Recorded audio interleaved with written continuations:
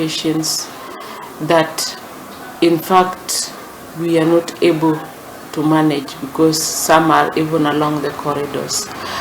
At this juncture, we request the national government and even the county government that wherever they have some help, they may consider us, because we serve the public and we have dedicated all our time that whoever come to Christamarian must be helped.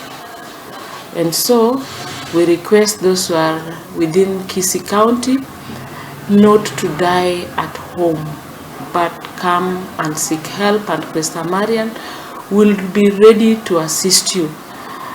And no matter how much we'll dedicate, our staff are very dedicated and they are serving day and night so that none of our people within Kisii County loses life.